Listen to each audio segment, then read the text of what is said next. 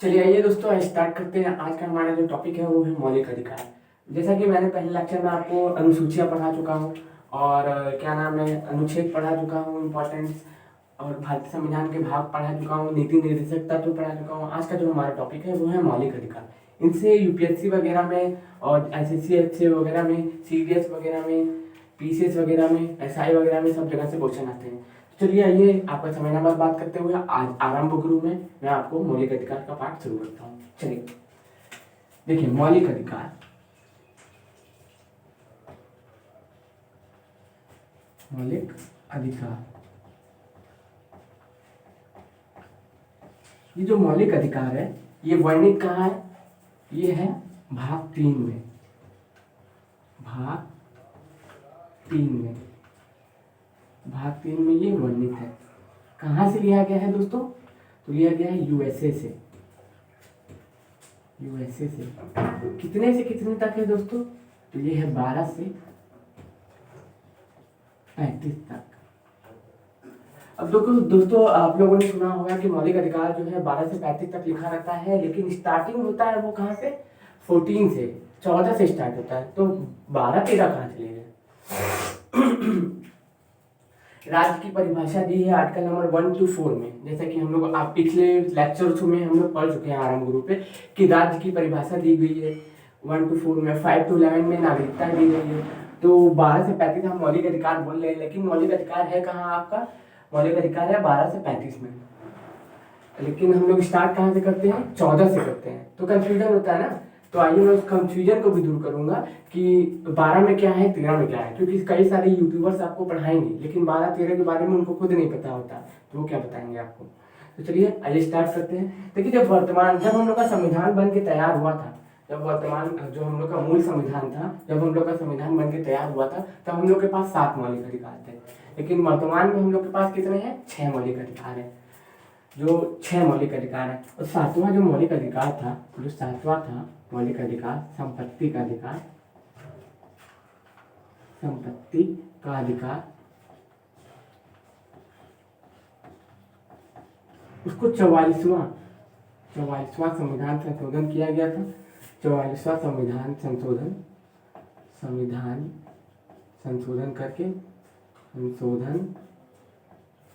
करके 300A में शामिल कर दिया गया भाग 12 में।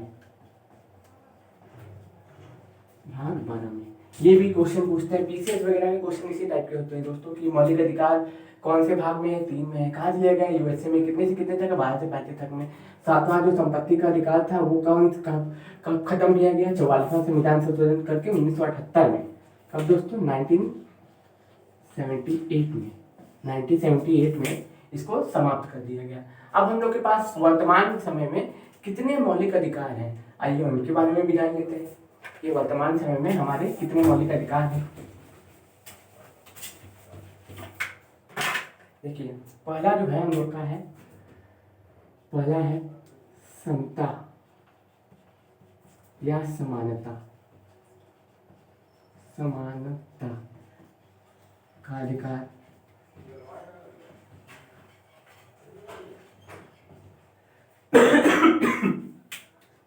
दूसरा है दोस्तों, आइए हम स्टार्ट करते हैं।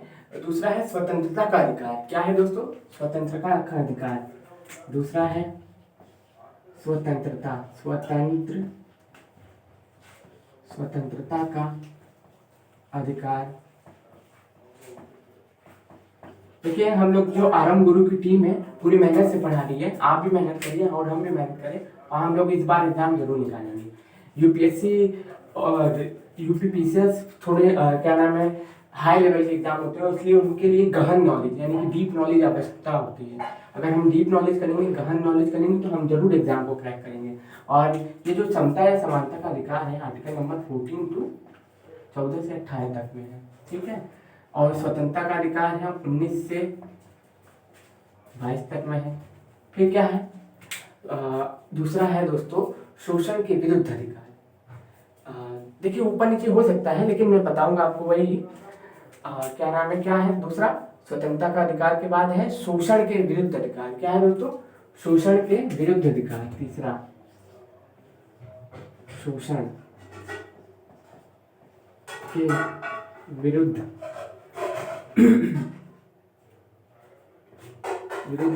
अधिकार। ये देखिए कितने से कितने तक में वर्णित है, अब 22 है तो 23 से 24 में है। ये क्या है, 23 से 24 में इसका वर्णित है। ठीक, चौथा जो हम लोग का मौलिक अधिकार है वो धार्मिक स्वतंत्रता का अधिकार है। क्या है दोस्तों, याद रखिएगा, क्या है, धार्मिक स्वतंत्रता का अधिकार है। आप याद रखते हुए चलिएगा कि किसी भी धर्म को मानना, किसी भी धर्म को ना मानना, धर्म, या फिर उसको हम लोग बोल सकते हैं धर्म की स्वतंत्रता का अधिकार भी बोल सकते हैं। क्या है, धर्म की स्वतंत्र, धर्म की स्वतंत्रता का अधिकार।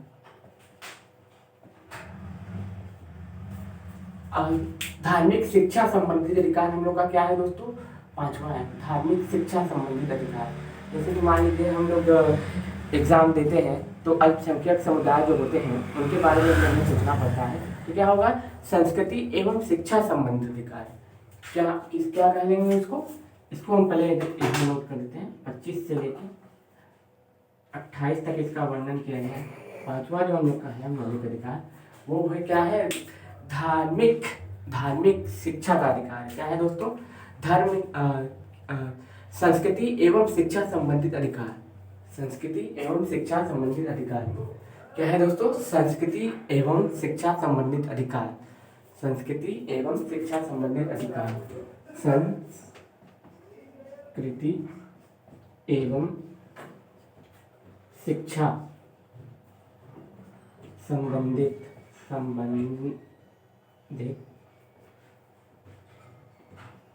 अधिकार। अब ये किसमें है, ये है आपका 29 से 30 तक। जो आर्टिकल नंबर 32 है ना दोस्तों, उसको डॉक्टर भीमराव अम्बेडकर ने ना संविधान की आत्मा कहा है। ये जो है छठा, उसको बोलते हैं संवैधानिक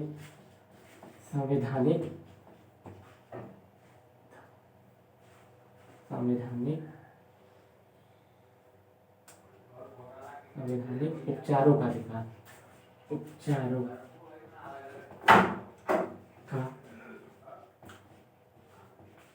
अधिकार ये किसमें है, आर्टिकल नंबर 32 में है। इसके बारे में हम लोग डीप नॉलेज करेंगे। इसके बारे में एक एक चीज़ अच्छे से जानते हुए, किसी भी डाक से समझते हुए हम इसको कंप्लीट करेंगे, क्योंकि यही हमारे एग्जाम के लिए बहुत ज़्यादा इंपॉर्टेंट है दोस्तों। मौलिक अधिकार से 100% क्वेश्चन आते हैं, आप कोई भी एग्जाम चेक कर लो। मौलिक अधिकार मोस्ट इम्पॉर्टेंट पार्ट है पॉलिटी का, हमारा मोस्ट इम्पॉर्टेंट पार्ट है हमारे जीवन का। तो आपने, आशा करता है ये 6 मौलिक अधिकार आपने नोट कर लिया होगा। आपने नोट नहीं किया है तो आप इसको नोट कर लीजिए, स्क्रीनशॉट ले लीजिए। तो मैं आगे बढ़ता हूँ।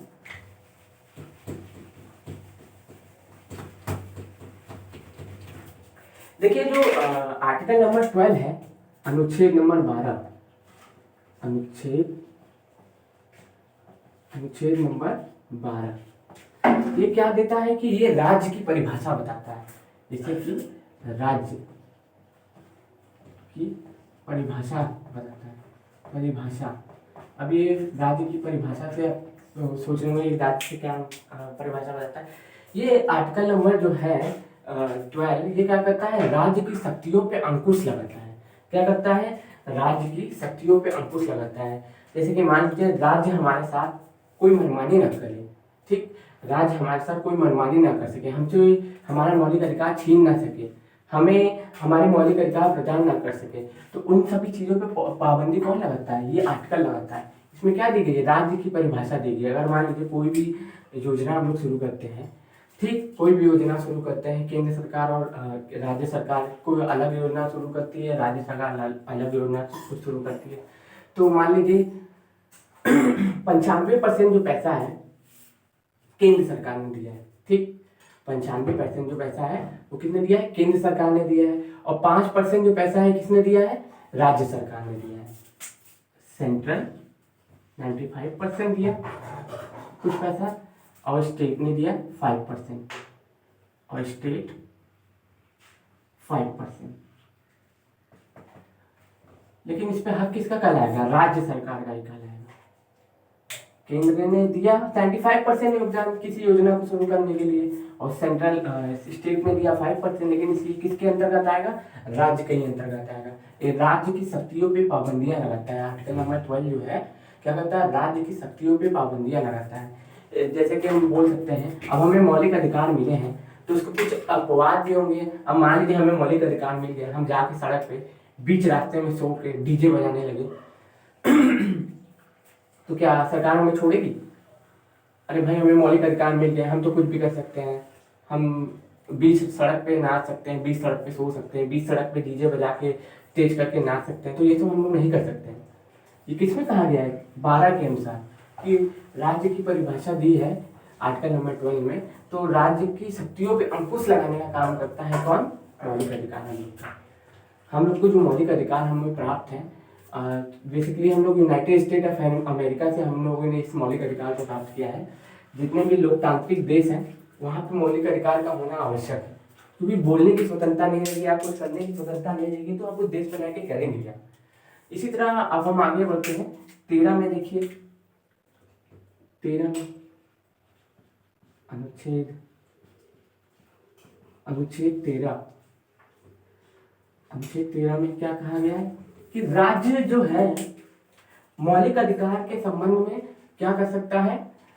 मौलिक अधिकार के संबंध में वो मौलिक अधिकार में संशोधन नहीं कर सकता है। पहले क्या कहा लिखा गया था? बहुत पहले की बात है, ये गोलकनाथ मामले 1960 की बात है कि राज्य क्या करेगा? मौलिक अधिकार के संबंध में कोई कानून नहीं बना सकता है।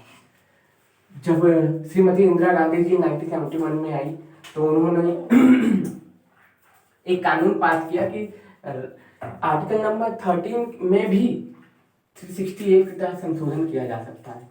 हाँ, लेकिन एक चीज हो गया था, जब क्या नाम केशवानंद भारती बनाम केरल राज्य का एक केस हुआ था 1973 में। 13 जजों की बेंच बैठी थी। अभी तक के इतिहास में 13 जजों की सबसे बड़ी बेंच बैठी थी। देखिए गोलकनाथ मामले में कहा गया कि आर्टिकल नंबर 13 के तहत राज्य या फिर हम बोल सकते हैं सरकार मौलिक अधिकार के संबंध में मौलिक अधिकार के संबंध में कानून नहीं बना सकती। पहले कहा गया था कब? 1960 में, 1960 में गोलकनाथ मामले में कहा गया था कि राज्य जो है मौलिक अधिकार के संबंध में कानून नहीं बना सकती है। मौलिक अधिकार के संबंध में राज्य कानून नहीं बना सकती है। लेकिन जैसे ही 1973 आया, 1973 श्रीमती इंदिरा गांधी का कार्यकाल, केरल बना, केरल वर्सेस कौन? केरल वर्सेस, अरे भाई अभी जिनका मैंने नाम लिया, केशवानंद भारती, केशवानंद भारती। इसमें क्या कहा गया था? इस केस में 13 जजों की बेंच बैठी थी। उन्होंने फैसला लिया कि राज्य चाहे तो कुछ भी कर सकता है, सरकार चाहे तो कुछ भी कर सकती है, किसी भी चीज में संशोधन कर सकती है, लेकिन मूल ढांचे में परिवर्तन नहीं कर सकती। जो मूल ढांचा है उसके साथ कोई छेड़छाड़ नहीं कर सकती है। अब अगर राज्य चाहे कि एक पूरा मौलिक अधिकार ही खत्म कर दे तो वो सरकार कर ही नहीं सकती है। अगर राज्य चाहे कि हमसे हमारे मौलिक अधिकार पूरी तरह से बदल दिए जाए, जैसे मान लीजिए हमें बोलने की स्वतंत्रता है, वो उसमें पाबंदियां लगा दी कि आप बोल ही नहीं सकते, तो ऐसा राज्य सरकार नहीं कर सकती है। और इस अगर क्या नाम है, हम लोग बोलते हैं कि क्या नाम है, जो संविधान है हम लोग का, भारत में संविधान है वो सबसे बड़ा है, उससे ऊपर कुछ नहीं है। लेकिन अगर जो संसद में बैठे जो हमारे आला अधिकारी लोग होते हैं, MP MLA होते हैं, वो संशोधन करते हैं, वो अच्छा काम कर रहे हैं कि बुरा काम कर रहे हैं, हम लोग को कैसे पता होगा? तो हम लोग की सुरक्षा के लिए कौन है कि उसको चेक करेगा, फिर उसको चेक करने के बाद संसद के पास वो बिल वापस भेजेगा। ये हक केवल किसके पास है? न्यायिक पुनर्विलोकन में। ये हक केवल सुप्रीम कोर्ट के पास है, आप लोग याद रखिएगा। मैंने पिछले लेक्चर में आपको भी बताया था कि जब हमारे मौलिक अधिकारों को हनन होता है, आर्टिकल नंबर 32 के तहत हम लोग कहाँ जा सकते हैं? सुप्रीम कोर्ट, और क्या नाम है, और हाई कोर्ट जा सकते हैं।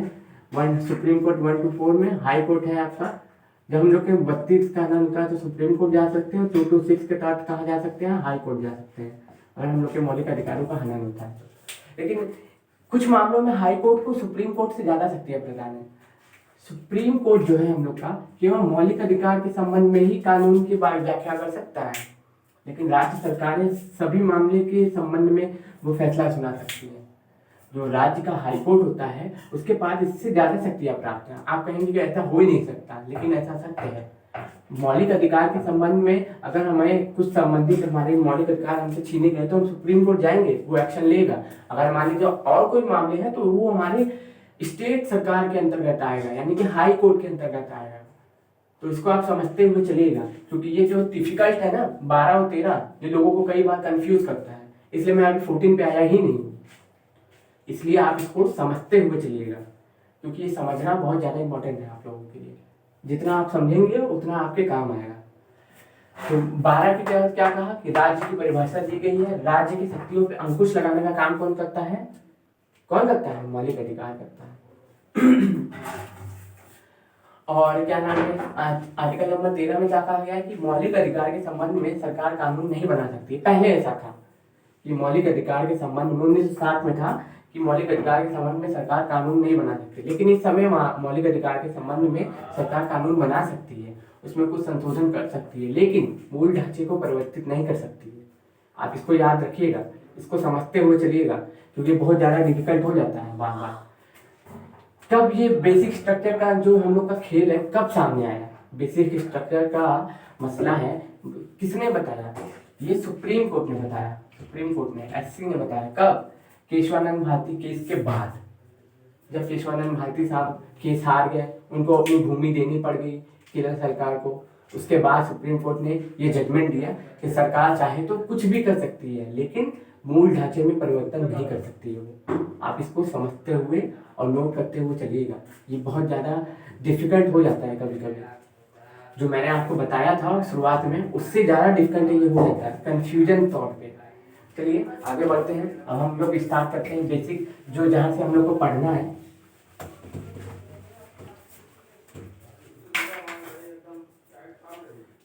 अब स्टार्ट करते हैं 14 से, अनुच्छेद नंबर 14 से। विधि के समान समता या समानता। विधि के समान समता है समानता। विधि के समान समता है समानता। विधि के समान समता या समानता। अब देखिए, विधि के समान समता या समानता की बात की गई है, तो ये विधि क्या है?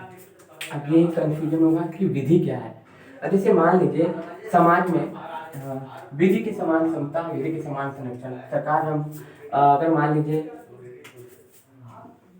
एक समाज है, ठीक, एक समाज है, एक समाज में SC ST भी रहते हैं, जनरल भी रहते हैं, OBC भी रहते हैं, ट्राइबल पीपल यानी कि जनजाति लोग भी रहते हैं, जनजाति लोग भी रहते हैं। तो इनके बीच काफ़ी अंतर होता है, इनके बीच काफ़ी अंतर होता है, और इनके पास बहुत पैसा होता है, ठीक, इनके पास भी थोड़ा कम पैसा होता है, इनके पास भी इससे भी कम होता है। जनजातियों का पूरा जीवन जो रहता है अलग ही तरीके से जीवन यापन करते हैं। तो सरकार क्या करती है? सबको समानता देने की कोशिश करती है, सबको एक बराबर लेके आती है। इसीलिए क्या नाम है, आपने सुना होगा ना कि ग्राम पंचायत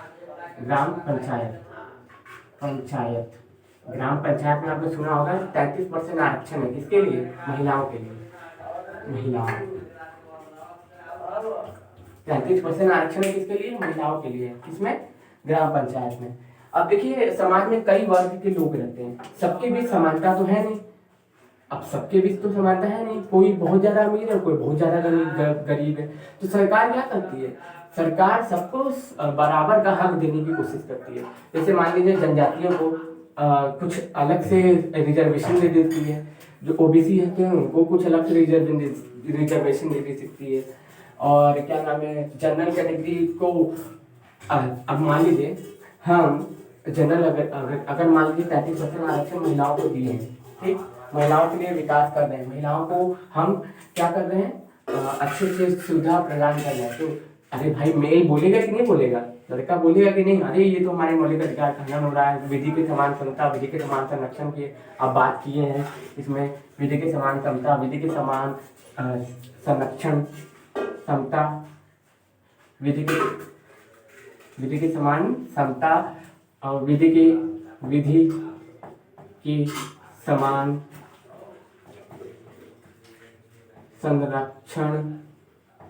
संरक्षण की बात की है और आप हमें धोखा दे रहे हैं। तो सरकार क्या बोलेगी, हम तुम्हें धोखा नहीं दे रहे हैं, हम क्या कर रहे हैं, उन जो गरीब तबके के लोग हैं, जो गरीब वर्ग के लोग हैं, उनके बीच समानता लाने की कोशिश कर रहे हैं, हम तुम्हें कोई धोखा नहीं दे रहे हैं।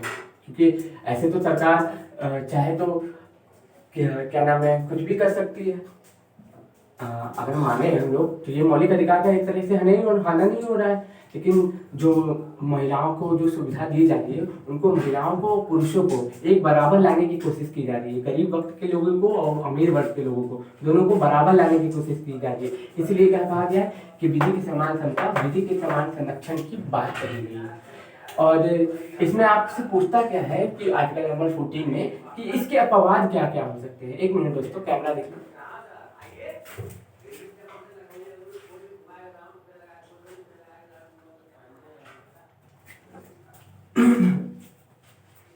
देखिए इसमें राष्ट्रपति और राज्यपाल की जो शक्तियां होती है ना, वो इसमें अपवाद होती है। अपवाद के रूप में आपसे पूछ सकता है 14 में कि आर्टिकल नंबर 14 में अपवाद के रूप में क्या है।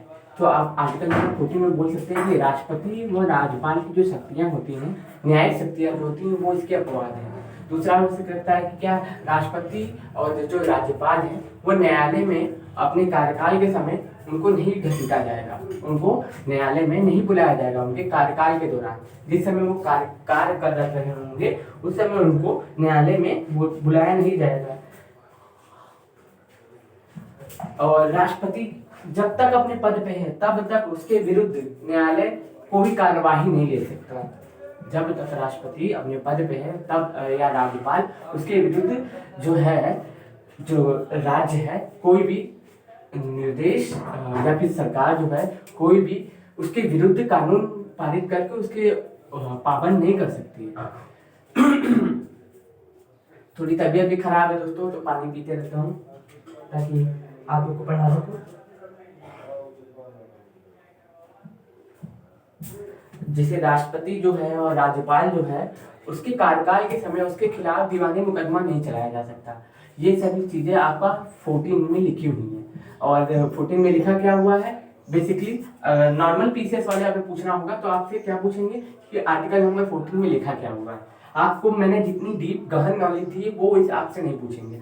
अगर पीसीएस वाले पूछना होगा तो डायरेक्ट पूछेंगे कि आर्टिकल नंबर 14 में क्या लिखा हुआ है। तो क्या बोलेंगे, विधि के समान संरक्षण, ठीक, विधि के समान संरक्षण, विधि के समान समता या संरक्षण, ठीक, विधि के समान समता या समानता या विधि के समान समता या समान संरक्षण की बात की गई है।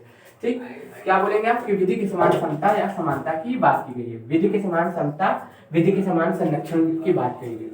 विधि के समान समता, यहाँ पे आप ऐड कर लीजिए समता, और विधि के समान संरक्षण की बात की गई है आर्टिकल नंबर 14 में। इसके अपवाद क्या क्या हो जाएंगे, राष्ट्रपति और राज्यपाल की जो न्यायिक शक्तियां हैं इसके अपवाद हो जाएंगे। राष्ट्रपति और राज्यपाल को उसके कार्यकाल के समय कोई सजा नहीं दी जाएगी। इसके खिलाफ कोई भी दीवानी मुकदमा नहीं चलाया जाएगा राज्यपाल और राष्ट्रपति के विरुद्ध जब तक वो कार्य कर रहा होगा।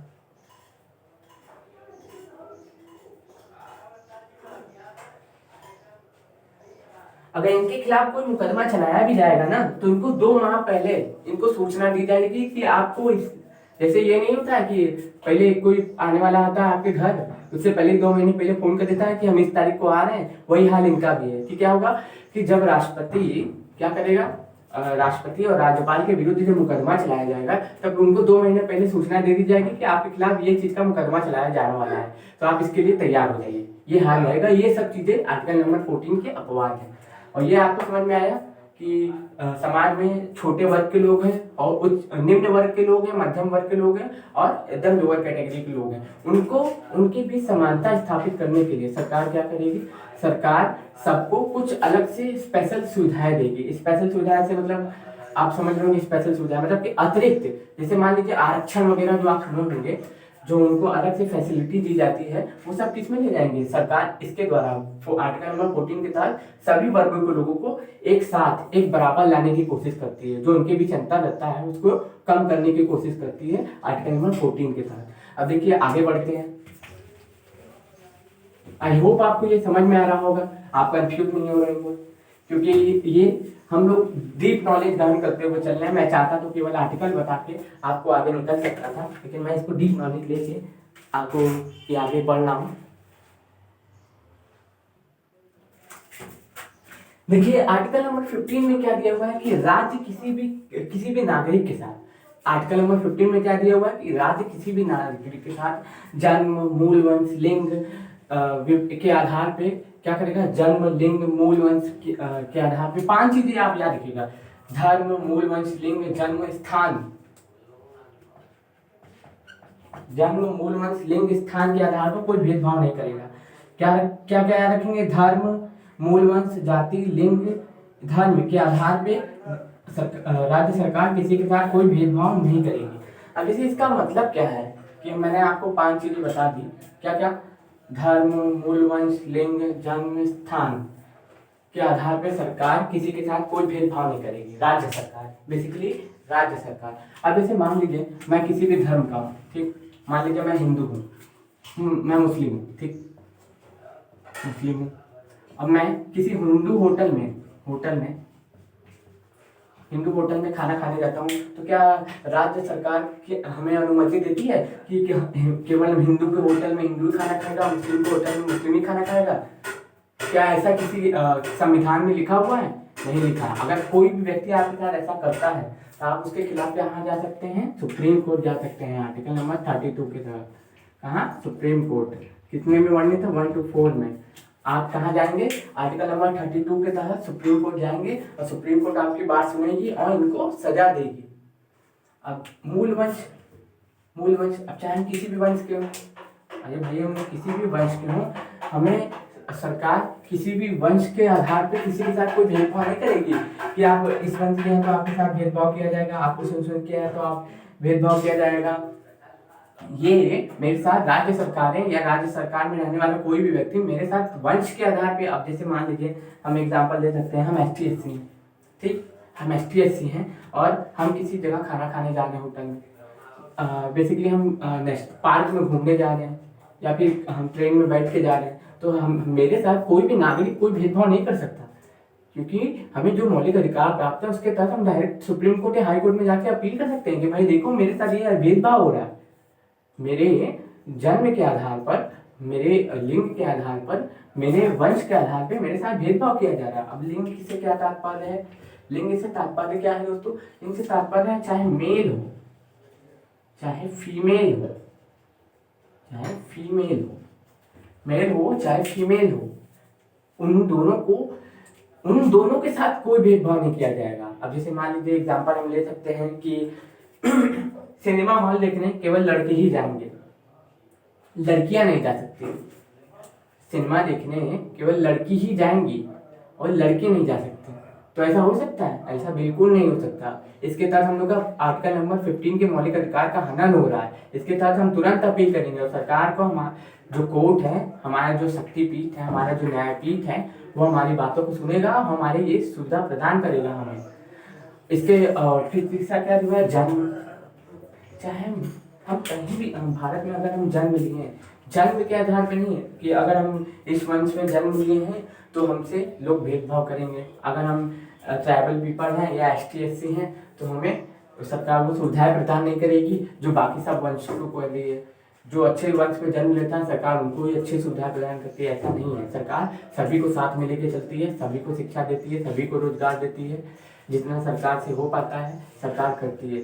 लेकिन रोजगार की बात अलग हो जाएगी, लेकिन ये जो जन्म के आधार पर अगर हमसे कोई भेदभाव करेगा तो हम डायरेक्ट सुप्रीम कोर्ट या हाई कोर्ट में अपील दायर कर सकते हैं और सरकार को हमारी बात सुननी ही होगी, क्योंकि ये एक तरीके से हम बोल सकते हैं कि ये क्या बोल सकते हैं कि स्थान, अब हम किसी भी स्थान पे जाएं तो हमें हर स्थान पे जाने की छूट होगी।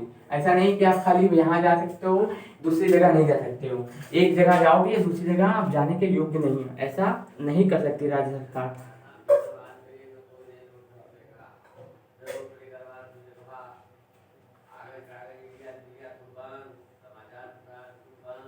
अब देखिए कुछ अपवाद भी होते हैं।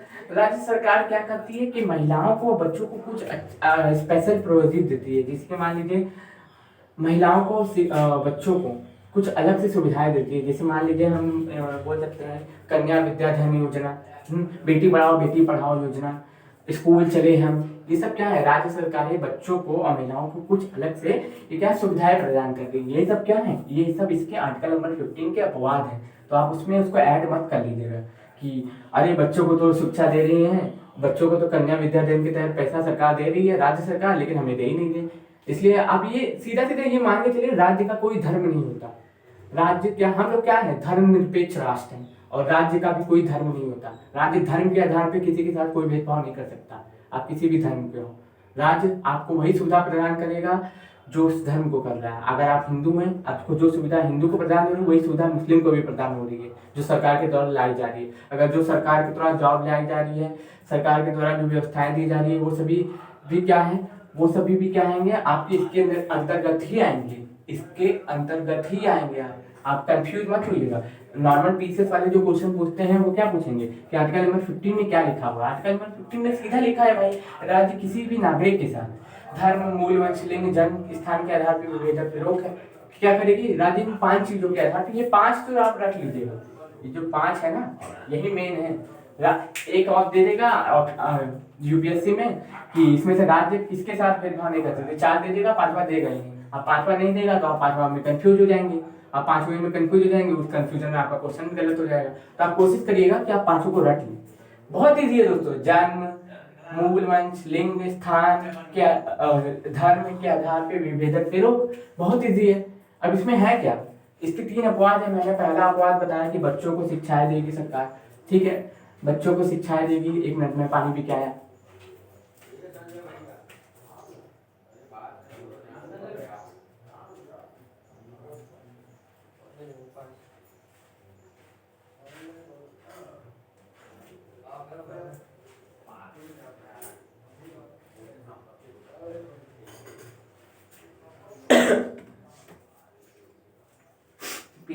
देखिए राज्य सरकारें क्या करती हैं कि क्या नाम है, अल्पसंख्यकों के लिए अलग शिक्षा का प्रावधान करती हैं, बच्चों के लिए अलग शिक्षा का प्रावधान करती हैं। बच्चों को बेटी जैसे लड़कियां हैं उनको 33% आरक्षण दे दी है ग्राम पंचायत में, और बच्चियां जो हैं उनको बेटी पढ़ाओ योजना के तहत भी, कन्या विद्याधन के तहत भी कुछ शिक्षाएं दी जा रही है। अल्पसंख्यक समुदाय जो होते हैं उनको क्या करती है सरकार, अल्पसंख्यक समुदाय के, देखिए मैं जो बोल रहा हूँ आप उसको सुनते हुए चलिएगा, इसको बहुत मेहनत करनी पड़ती है आपको पढ़ाने के लिए, और खुद भी मेहनत करनी पड़ती है समझने के लिए।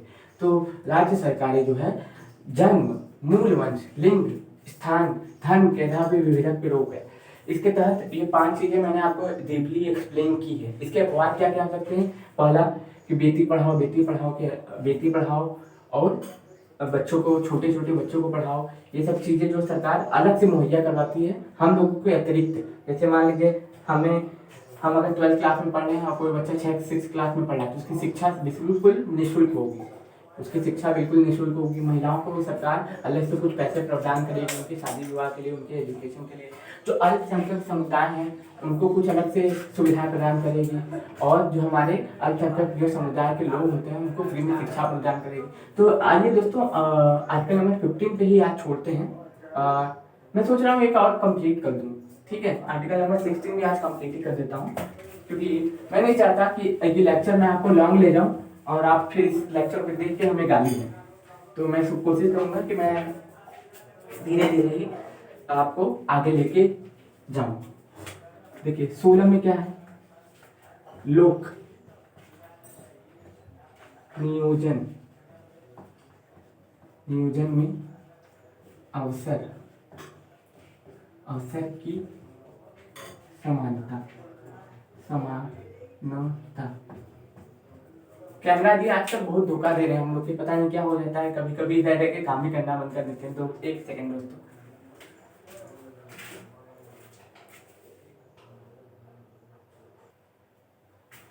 देखिए आपको मैं थोड़ा सा क्रिमिनल लेयर के बारे में भी बता दूं कि क्रिमिनल लेयर क्या होता है। वो ऐसे तबके के लोग जिनकी सैलरी अच्छी होती है, जिनकी इनकम अच्छी होती है, जिनके घर में उनके खान पान अच्छा होता है उनको सरकार आरक्षण प्रदान नहीं करती है। जैसे मान लीजिए राष्ट्रपति हो गए, उपराष्ट्रपति हो गए, नियंत्रक महालेखा परीक्षक हो गए, सुप्रीम कोर्ट के जज हो गए, हाई कोर्ट के जज हो गए, अध्यक्ष हो गए आयोग के, कोई संघ लोक सेवा आयोग के अध्यक्ष हो गए, मुख्य चुनाव आयुक्त हो गए, ये सभी चीजें क्या आ जाएंगी, ये सभी चीज इनके बाद आ जाएंगे कि वो क्रीमी लेयर के अंतर्गत नहीं आते हैं। तो क्रीमी लेयर के अंतर्गत नहीं आते हैं तो उनको क्या मिलेगा, आरक्षण नहीं मिलेगा, जो आरक्षण बाकी सब कैटेगरी को मिलता है। जैसे ओबीसी आरक्षण है, ओबीसी आरक्षण आप सुने होंगे कि यूपी में बेसिकली 27% तो होना ही चाहिए, 27% आरक्षण होना ही चाहिए पूरे भारत के हर राज्य में ओबीसी को। अब राज्य सरकारें अगर ज्यादा देती है तो वो उनके ऊपर है, और हम लोग के संविधान के अनुसार कि 50% से ज्यादा आरक्षण नहीं होना चाहिए, 50% से ज्यादा आरक्षण नहीं होना चाहिए, लेकिन 27 इनको ही दे दिए हैं। ठीक, 10% नया लेके आ गए, 10% नया लेके आ गए, 37 हो गया। अब उसमें बचा क्या, ओबीसी हो गया, जनरल हो गया, अब एसटी एससी उनको मिला दिया जाए। एसटी एससी को मिलाने के बाद तो ये कोटा 50% के पास चला गया, लेकिन क्या कर सकते हैं, सुप्रीम कोर्ट चुपचाप से बैठा है, संसद पावर में है, सुप्रीम कोर्ट चुपचाप से बैठा है, संसद को पता ही नहीं वो क्या कर रही है, सुप्रीम कोर्ट सोच में पड़ता है। और आर्टिकल नंबर 368 में लिख दिया गया है, 368 में कि संसद चाहे तो कुछ भी कर सकती है, बस मूल ढांचे में परिवर्तन नहीं कर सकती। तो ये क्या है, संविधान संशोधन की जो व्यवस्था इंदिरा गांधी लेके आ गई कि संसद चाहे तो कुछ भी कर सकती है, लेकिन मूल ढांचे बेसिक स्ट्रक्चर में छेड़छाड़ नहीं कर सकती। अब 16 में क्या है, लोक नियोजन में अवसर की समानता। अब जैसे मान लीजिए सरकार जॉब लेके आती है, यूपीएससी की फॉर्म लेके आई, यूपीएससी का फॉर्म लेके आई, ठीक। अब यूपीएससी का फॉर्म लेके आई तो समाज में कई तरह के लोग हैं, ओबीसी है, एससी है, एसटी है, प्लस क्या है और भी तरह के लोग हैं, जनरल वर्ग के लोग हैं।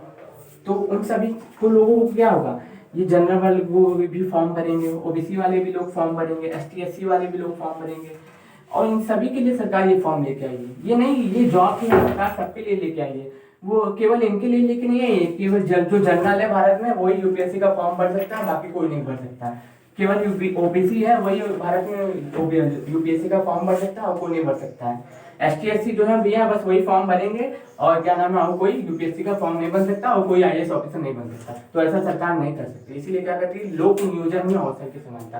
सरकार अगर कोई भी सुविधाएं लेके आ रही है, कोई भी जॉब लेके आ रही है, कोई भी वैकेंसी लेके आ रही है, पे हर वर्ग का अधिकार होगा। हाँ, भले सरकार ये कर सकती है कि एसटी एससी को फॉर्म, अगर मान लीजिए जनरल का फॉर्म 1000 में भरा जा रहा है, ओबीसी का 700 में भरेगी और एसटी एससी का 200 में भरेगी, ये सरकार कर सकती है, क्योंकि सबके बीच समानताएं नहीं है। जनरल वर्ग के पास बहुत पैसा है, ओबीसी के पास मध्यम वर्ग है तो उसके पास भी थोड़ा कम पैसा है, एसटी एससी के पास तो बिल्कुल है ही नहीं। इसलिए सरकार इतना कर सकती है कि उनको थोड़े थोड़े छूट प्रदान कर सकती है, लेकिन जॉब सबको लेके आएगी, थोड़ी थोड़ी एजुकेशन में, थोड़े थोड़े नंबर्स में भी उनको थोड़ी सुविधाएं प्रदान करेगी। अब ये नहीं करेगी कि अगर 100 नंबर का पेपर हुआ तो आपका हम क्या नाम है, आप जनरल हो तो आपको 90 मिलेंगे, ओबीसी हो तो 80 मिलेंगे, और एसटी एससी हो तो 20 ही मिल लेंगे। सरकार ऐसा नहीं करेगी, तो आप इसको समझिएगा। तो आज के लिए हम इतना ही लेक्चर, आज का लेक्चर हम यही खत्म करते हैं, और इसका सेकंड पार्ट मैं कल लेके आऊँगा, सेकंड पार्ट इसका मैं कल लेके आऊँगा। हमारे चैनल को लाइक करें, सब्सक्राइब करें और हमारे चैनल को आगे बढ़ाएं। धन्यवाद।